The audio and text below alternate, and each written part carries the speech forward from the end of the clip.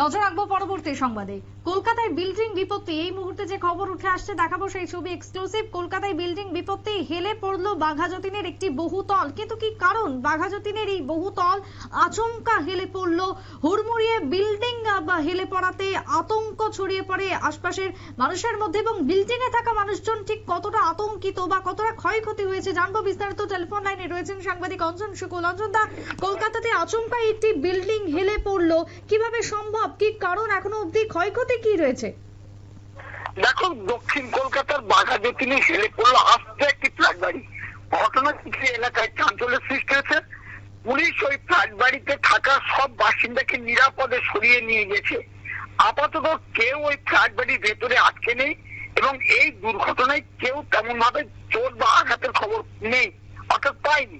এটাই সূত্রের খবর। তবে কি কারণে এই ফ্ল্যাট বাড়িটি হেলে পড়লো তা নিয়ে কিন্তু এখন স্পষ্ট নয়। তবে স্থানীয়দের একাংশের দাবি, এই ফ্ল্যাট বাড়িতে আগে সেই সময় পুর কর্তৃপক্ষের তরফে ফ্ল্যাটের বাসিন্দাদের সরিয়ে নিয়ে যাওয়া হয়। অভিযোগ, তারপরে আবার ওই ফ্ল্যাট বাড়িতে গিয়ে বসবাস করতে থাকেন অনেকেই। ফ্ল্যাট বাড়িটি কলকাতা পুরসভার ৯৯ নম্বর ওয়ার্ডের বিদ্যাসাগর কলোনিতে অবস্থিত। স্থানীয়দের দাবি, ফ্ল্যাটটি নিয়ম মেনে তৈরি করা হয়নি। ওই অঞ্চলে ৩ তলা ফ্ল্যাট বসানোর কোনো অনুমতি নেই। অভিযোগ, সেই নিয়ম ভেঙে তারা ৪ তলা ফ্ল্যাট তৈরি করেছিল। পাশাপাশি এর আগে যখন এই বাঘাযতীন পল্লীতে যখন ফ্ল্যাটের ফাটল দেখা দিয়েছিল, তখন কিন্তু প্রশাসনের পক্ষ থেকে সমস্ত বাসিন্দাদেরকে বের করে অন্যত্র সরিয়ে নিয়ে গিয়েছিল। কিন্তু আবার কিন্তু সেই ফ্ল্যাটের মধ্যে সমস্ত বাসিন্দারা গিয়েছে। এখানেই প্রশ্ন, তাহলে পৌরসভা কি করছিল এতদিন ধরে? পৌরসভার কেন নজর এড়িয়ে আবার স্থানীয় বাসিন্দারা সেই ফ্ল্যাটের মধ্যে প্রবেশ করেছে? তার মানে সম্পূর্ণ অবৈধ নির্মাণের জেরেই কি এই ধরনের বিপত্তি ঘটলো?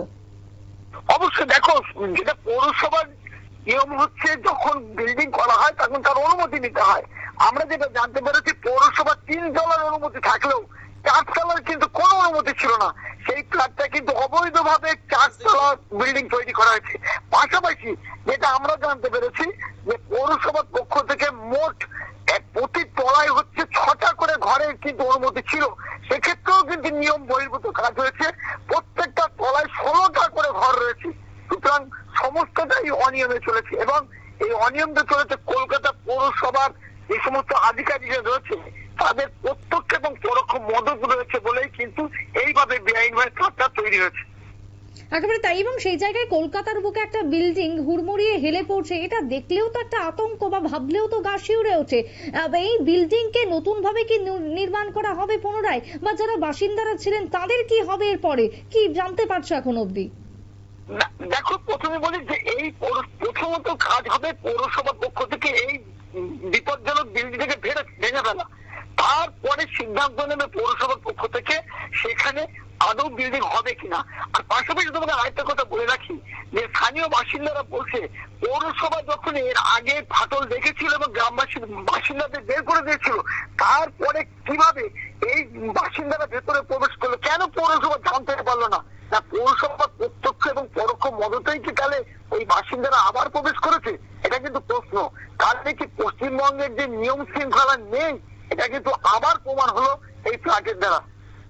ঠিক তাই। ধন্যবাদ অঞ্জন দা। অর্থাৎ এই মুহূর্তে দাঁড়িয়ে কলকাতার যে খবর, পশ্চিমবঙ্গের বাঘাযতীন থেকে যে ছবি দেখাচ্ছে এক্সক্লুসিভ, সেখানে ইতিমধ্যে বহুতল যেটা একেবারে হুড়মুড়িয়ে ভেঙে পড়ে, যদিও তা হেলে যায়। ভেঙে পড়ার থেকেও বড় কথা, বিল্ডিংটি হেলে পড়লো এবং তাতে করে এখনো পর্যন্ত কোনো হতাহতের খবর না থাকলেও বা কোনো বড়সড় ক্ষয়ক্ষতি না হলেও এর থেকে তো বড় ধরনের বিপদ ঘটতেই পারতো, এমনটাই আশঙ্কা। এবং অন্যদিকে দাঁড়িয়ে কিভাবে কলকাতা পুরসভা এক্ষেত্রে পদক্ষেপ দিল যে একটি বিল্ডিং নির্মাণের, এবং সেটা সম্পূর্ণভাবে অবৈজ্ঞানিক পদ্ধতিতে, এই সমস্ত প্রশ্ন আজকে উঠতে শুরু করেছে। তবে আগামী দিনে পৌরসভা কি পদক্ষেপ গ্রহণ করে সেদিকেই তাকিয়ে রয়েছেন এই সমস্ত এলাকার বাসিন্দারা। ছোট্ট একটা বিরতির পর ফিরে আসছি, সঙ্গে থাকুন।